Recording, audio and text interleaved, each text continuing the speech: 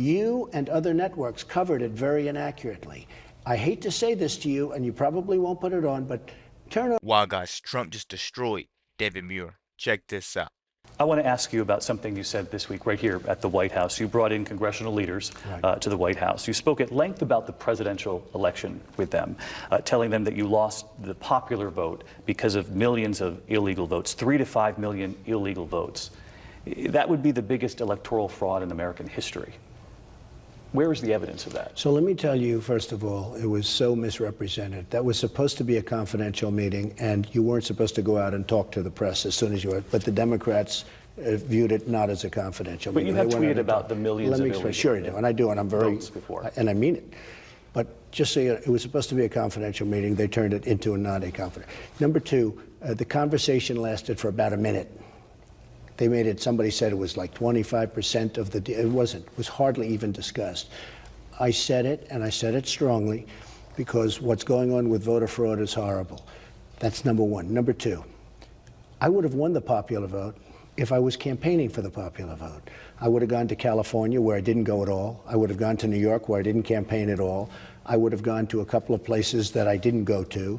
And I would have won that much easier than winning the Electoral College. But as you know, the Electoral College is all that matters. It doesn't make any difference. With that being said, if you look at voter registration, you look at the dead people that are registered to vote, who vote, you look at people that are registered in 2 states, you look at all of these different things that are happening with registration, you take a look at those registration, you're going to find, and we're going to do an investigation on it. But 3 to 5 million illegal votes? Well, we're going to find out. This is basically what he's been trying to explain. Even back then, he was trying to explain you what they were doing.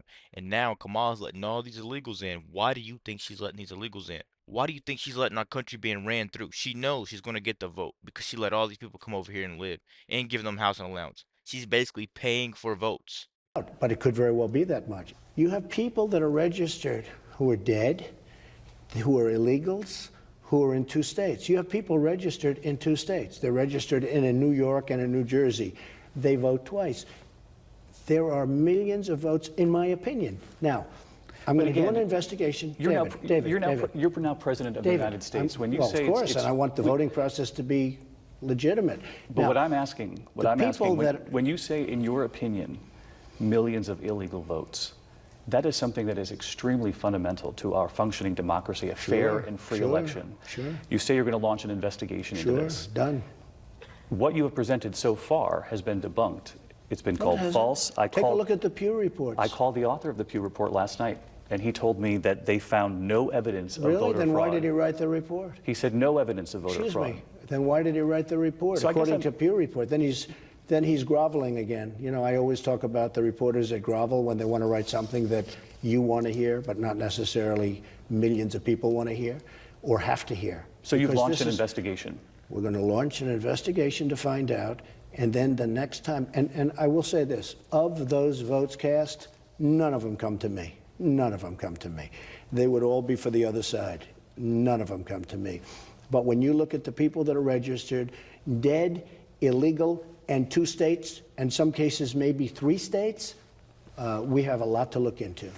House Speaker Paul Ryan has said, I have seen no evidence. I have made this very, very clear. Senator Lindsey Graham saying it's the most inappropriate thing for a president to say without proof. He seems obsessed with the idea that he could not have possibly lost the popular vote without cheating and fraud. I want to ask you about something bigger here. Does it matter more now? There's nothing bigger. There's nothing bigger. But it is important because let me just tell you, you know what's important? Millions of people agree with me when I say that. If you would have looked on one of the other networks and all of the people that were calling in, they're saying, we agree with Mr. Trump, we agree. They're very smart people. Let me just ask you, you did win. You're the president. You're sitting across from me right now. That's true. Do you think that your words matter more now? Yes, very much. Do you think that talking about millions of illegal votes is dangerous to this country without presenting the evidence? Not at all, because many people feel the same way that I do.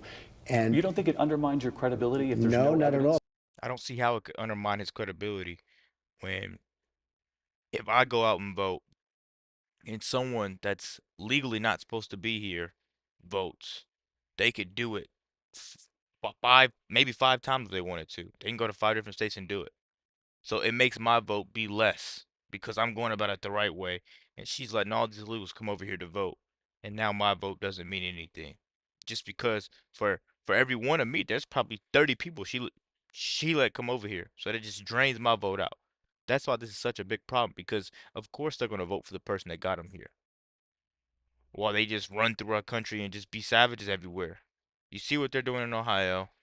You see what they're doing in Arizona, Colorado. Come on, man. It's just it's so much in our face now that it's like I'm getting tired of saying the same thing. It's right there. All you have to do is just look. But I don't know why people are not just noticing that this stuff is not obvious. The problem is right there in front of you. It's that obvious. All you have to do is just pay attention a little bit, and I promise you won't miss it. Please, please share videos like this to your friends, because they can't just keep choosing to miss what's in their face. The stuff is so small that let's just finish it. I don't want to keep talking. I want to rant. Because they didn't come to me, believe me. Those were Hillary votes. Mr. President, I just have one more question on Yes. this, and it's bigger picture. You took some heat after your visit to the CIA in front of that hallowed wall, 117 stars of those lost at the CIA. You talked about other things, but you also talked about crowd size at the inauguration, about the size of your rallies, about covers on Time magazine. And I just want to ask you, when does all of that matter just a little less? When do you let it roll off your back, now that you're the president? Okay, so I'm glad you asked. So I went to the CIA, my first stop. I have great respect for the people in intelligence and CIA. I don't have a lot of respect for, in particular, one of the leaders, but that's okay. But I have a lot of respect for the people in the CIA. That speech was a home run. That speech, if you look at Fox, okay, I'll mention it in your network, see what Fox said. They said it was one of the great speeches. They showed the people applauding and screaming, and they were all CIA. There was nobody. Somebody was asking Sean, well, were they Trump people that were applauding? We don't have Trump people. They were CIA people. That location was given to me. Mike Pence went up before me, paid great homage to the wall. I then went up, paid great homage to the wall. I then spoke to the crowd. I got a standing ovation. You would give the same speech if you went back? Absolutely. In front of that wall? People loved it. They loved it. They gave me a standing ovation for a long period of time. They never even sat down, most of them, during the speech. There was love in the room. You and other networks covered it very inaccurately. I hate to say this to you, and you probably won't put it on, but turn on Fox and see how it was covered and see how people respond to that speech. That speech was a good speech. And you and a couple of other networks tried to downplay that speech, and it was very, very unfortunate that you did. I am curious about the first full day here at the White House. I'm telling you, man, this guy right here is a snake, and what he did to Trump at that debate was just pure revenge. Trump did something to him right here that he didn't like. That he didn't like. He put him on blast for spreading fake news, and we all know who spreads fake news. We all know who tries to manipulate you in the news with these crazy headlines. We all know. Just go to Fox, and even sometimes Fox a little shaky, but go to Fox. Most of most of the time they're gonna tell the truth. Let me know what you guys think about the video. Be sure to like, comment, subscribe if you're new, and as always, let me know what you react to. We're out.